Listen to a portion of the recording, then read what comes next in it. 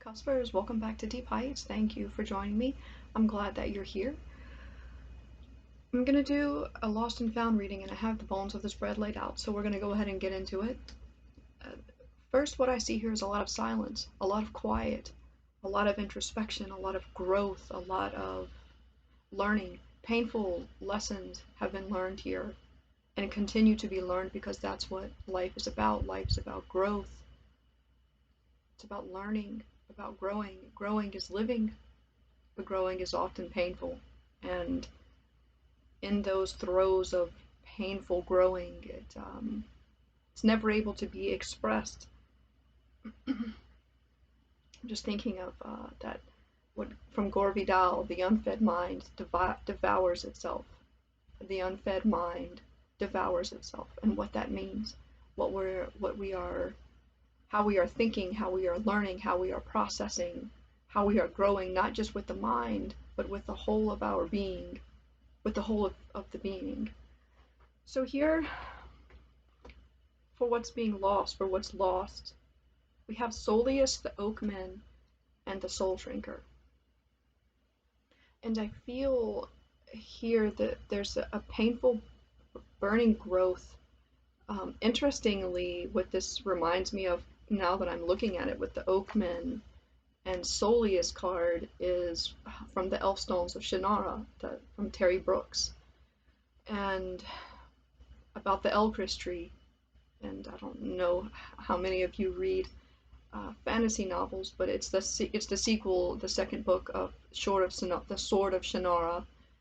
It's the Elfstones of Shannara, and it has to do with the Elcris protects the elven people in the world because it has the forbidding, which protects the demons, the dark, the demons, this soul shrinker here, from coming out into the earth and destroying everything, in these battles of good and evil through the ages.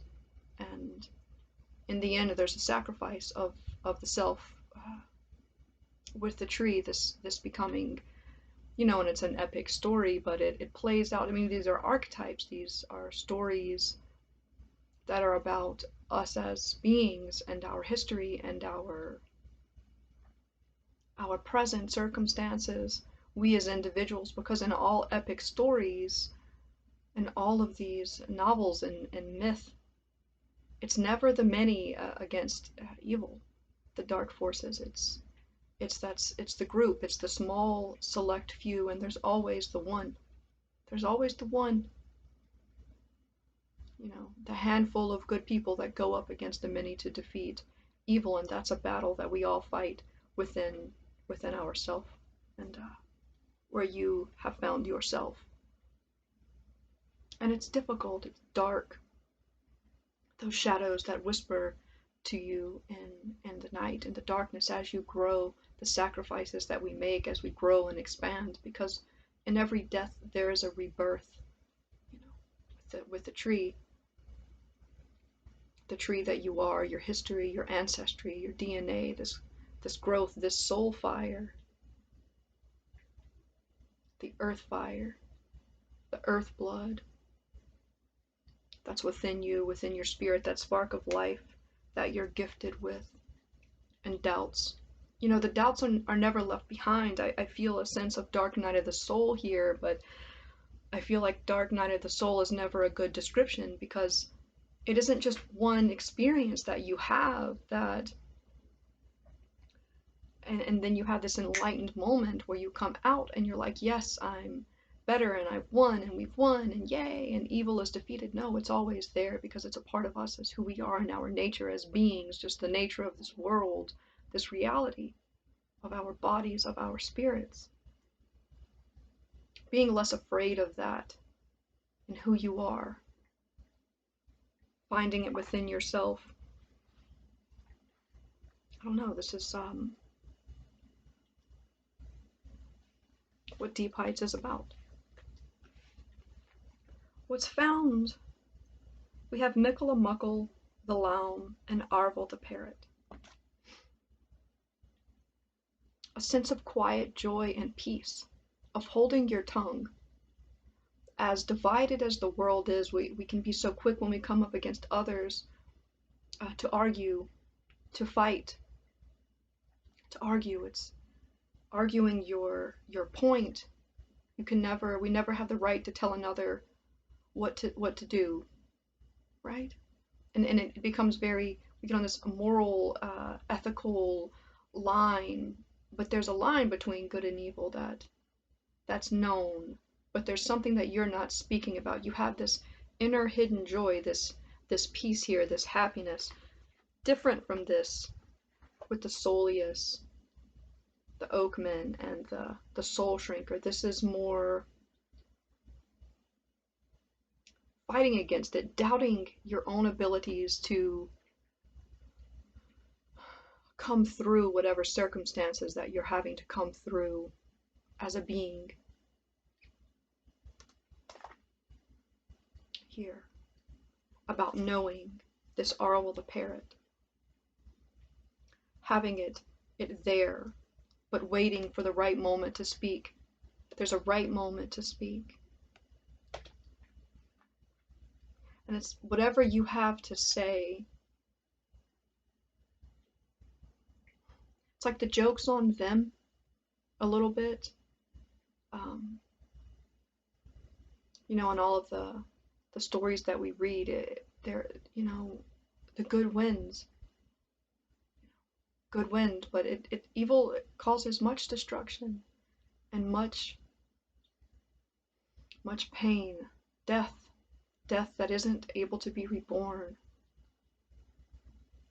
But something, I think of Tessarion, how he so eloquently stated that evil sows the seeds of its own destruction, that it has within it the seeds of its own destruction just by the nature of its being, of what it does, because it destroys life. Think of in Fifth Element and all of these stories how the Lilu character, she says everything that we create we destroy as human beings.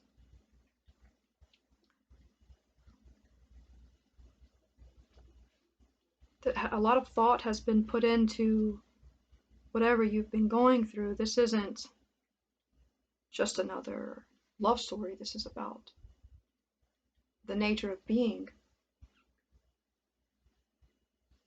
what you have to say when you must say it. But up until now there has been silence. At the bottom of the deck we have Lists of the Shadows. At the split we have the Sage, like Gandalf or Alanon,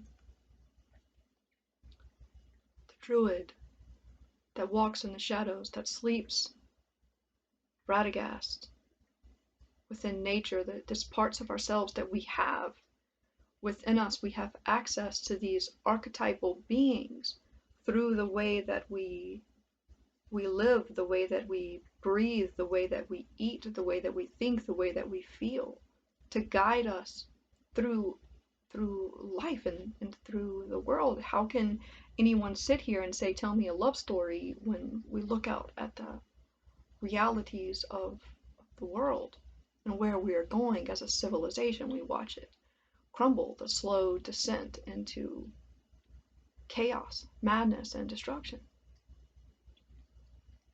There's nothing wrong with a love story, but now, here, this reading is not the time for a love story, not a romantic love story. This is for the love of good. Today justice prevailed, the system prevailed. Not guilty. Anyhow, you have something to say. But it's not the time to say it yet.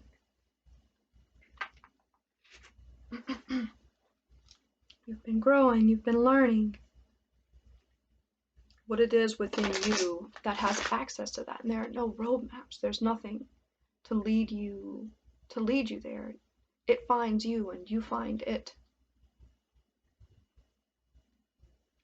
But it's important that there be joy. It's how you approach the unknown, you know, the difference in between this character here, this foreboding, this loathing, this feeling of doubt. There is something about doubt. Sorry, I have it written down and I have it right here, I think, in this notebook.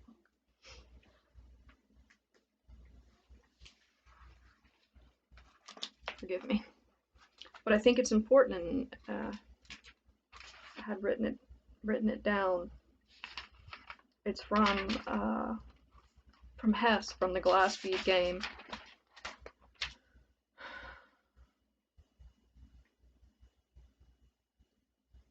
I take notes when I read.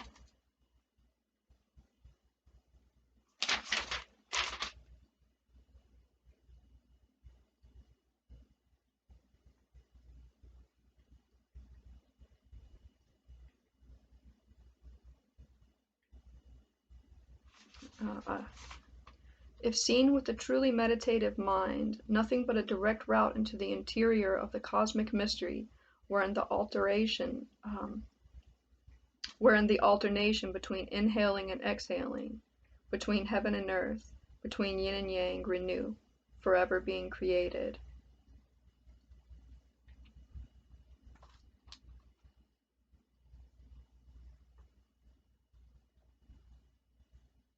Nah, here it is. He had already learned by experience that faith and doubt belong together, that they govern each other like inhaling and exhaling. That's what it is. Sorry about that. I'm sure many of you cut it off, but that faith and doubt, the faith and doubt that they belong together, but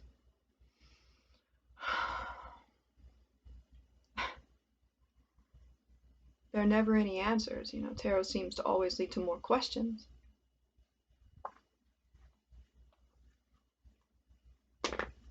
Sorry, I don't know why that seems relevant.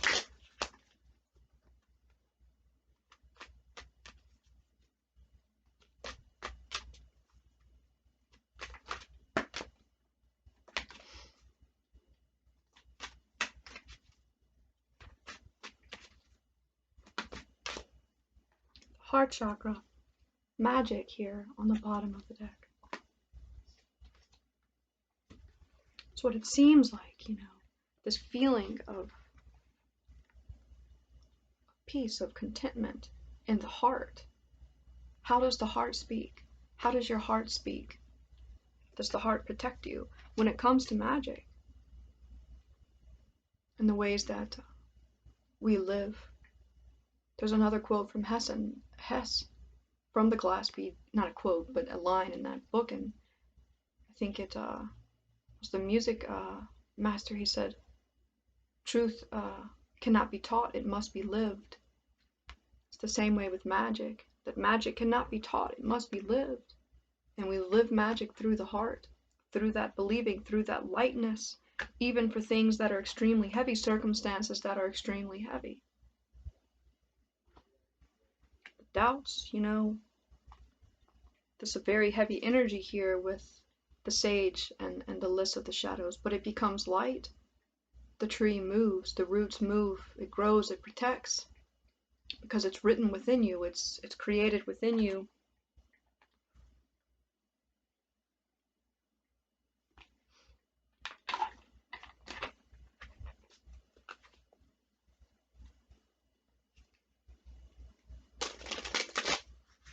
The meaning of life, I think this is a reading about the meaning, finding the meaning and creating the meaning.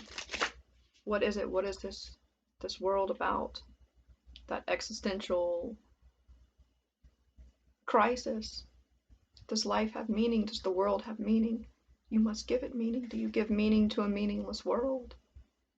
When we're here, does it matter if it has meaning? How are you living? How do you live?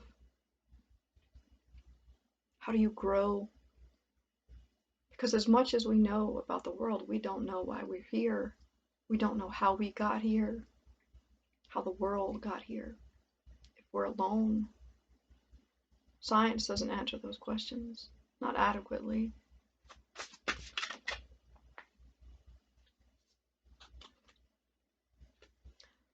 Deliverance and the gentle. Gate 18 on the bottom of the deck. This work on what has been spoiled. What has been spoiled? The self, the spirit. Interesting. Deliverance and the gentle. What is it that comes to to deliver us. The prayer, deliver us from evil. It's the gentle that would do that, the loving nature, spirit, the gods, our creators. We are the children of gods. We know that some parents do great harm to their children. Some parents don't love their children at all. Murder them, beat them, abuse them, starve them, mutilate them. But not all parents.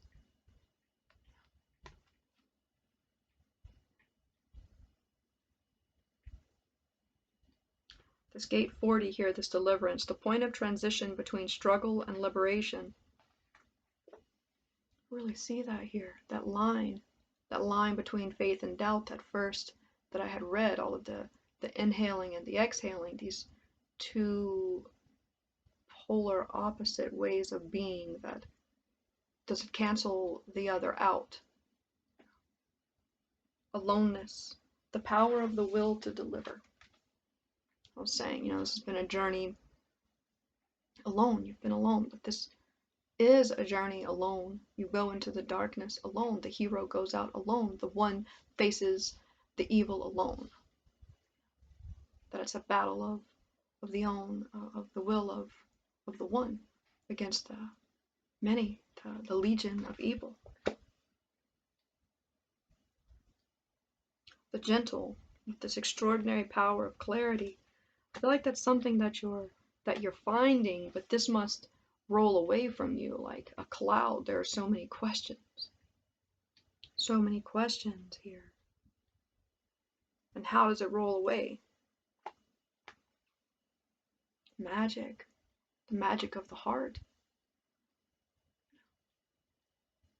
The goodness.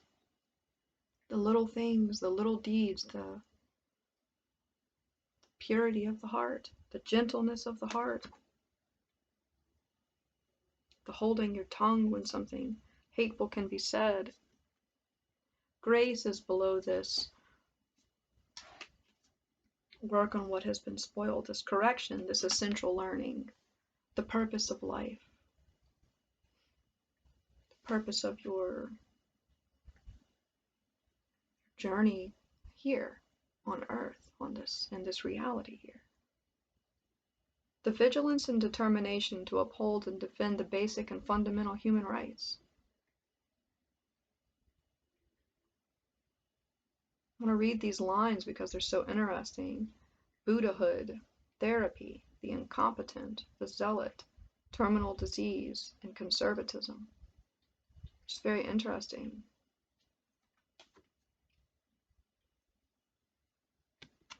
The back of the card. The first thing I thought about here was like in the devil card, the devil is holding the torch down.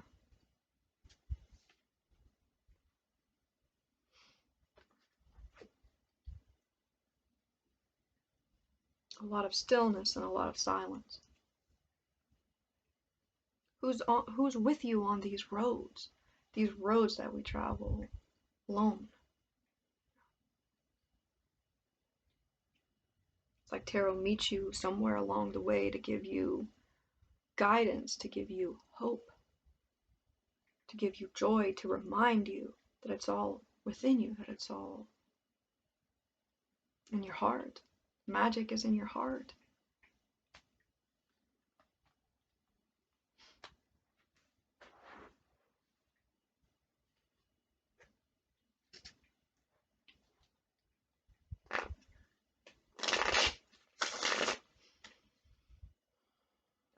This is a very specific reading. It certainly isn't. Seema.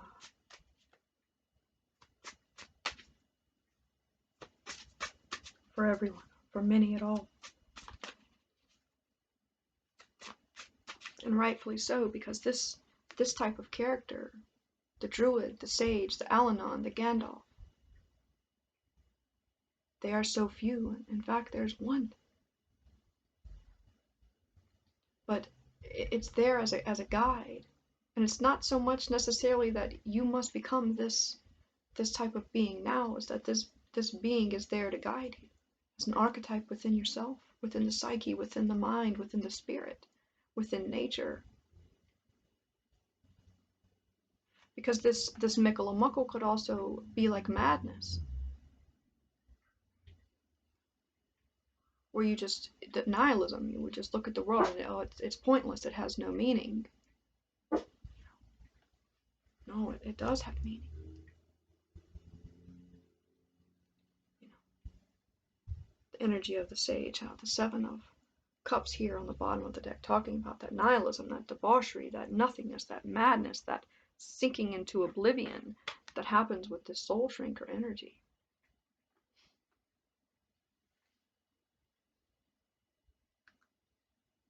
Work on what has been spoiled.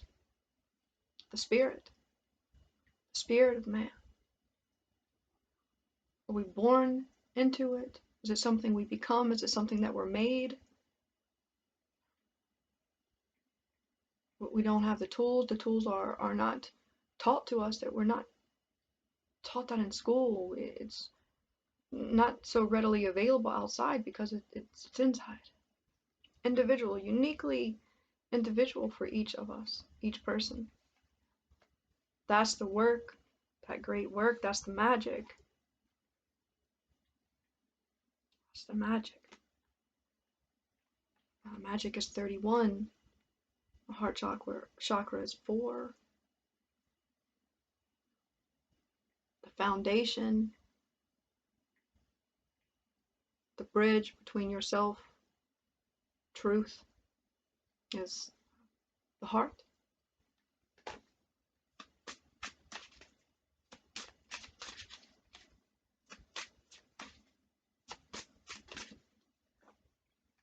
Six of Wands reversed. Ego death.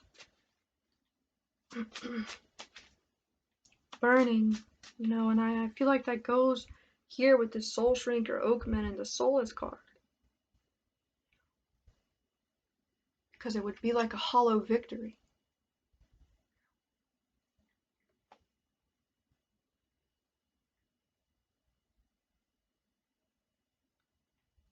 It's almost like what is celebrated is not to be celebrated, where how it says in scripture, it's like I don't know how to quote it, just know the basic was, you know, then and they're saying that bad is good, and you know, good bad, and that's what's celebrated. It's like that. Very interesting reading. 7 of Wands upright here. The one against the many.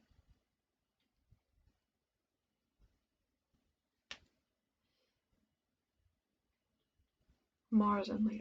The courage that it takes to be on this journey, courage that it takes to stand alone, to do what's right.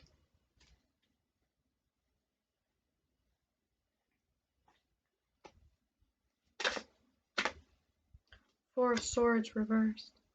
Madness.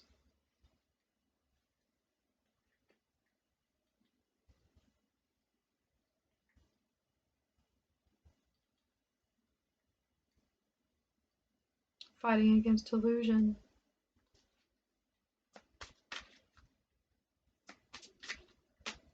What's going on here?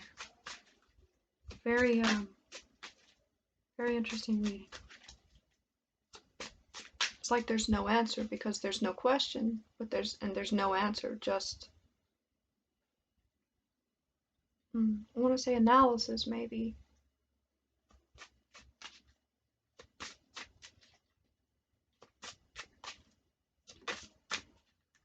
Ten of Cups reversed.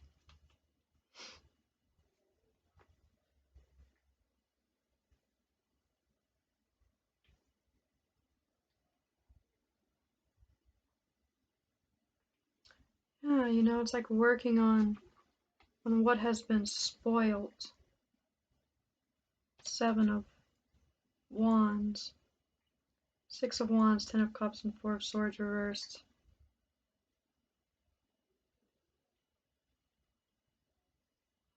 Fight against all that would destroy. just want to say hollow victories. Just the advice here to my Cusper.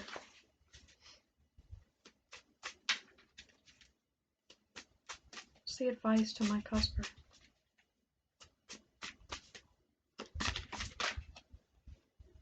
Princess of Cups reversed.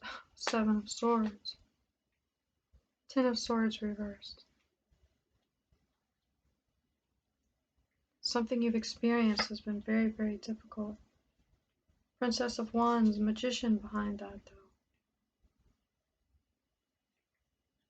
A new day dawning, depending on your attitude and the effort that you put into it, having come out of something very, very dark.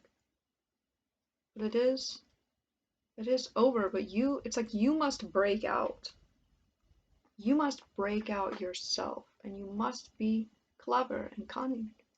Because if you stay with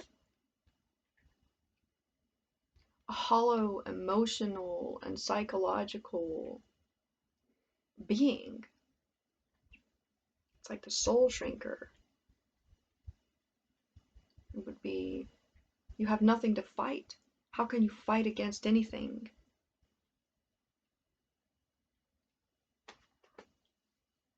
But fight you must, here with the Magician and the Princess of Swords. I mean the Princess of, interesting, Princess of Wands.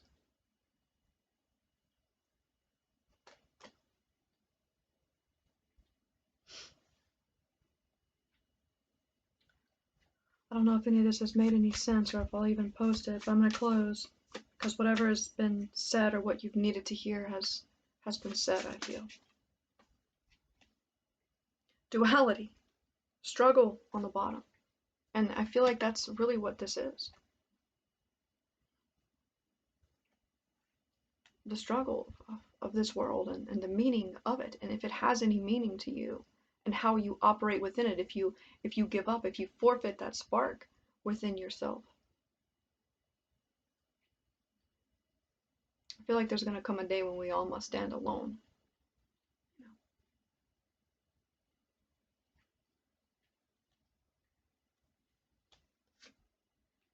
Ascension, honoring your energy. The struggle here.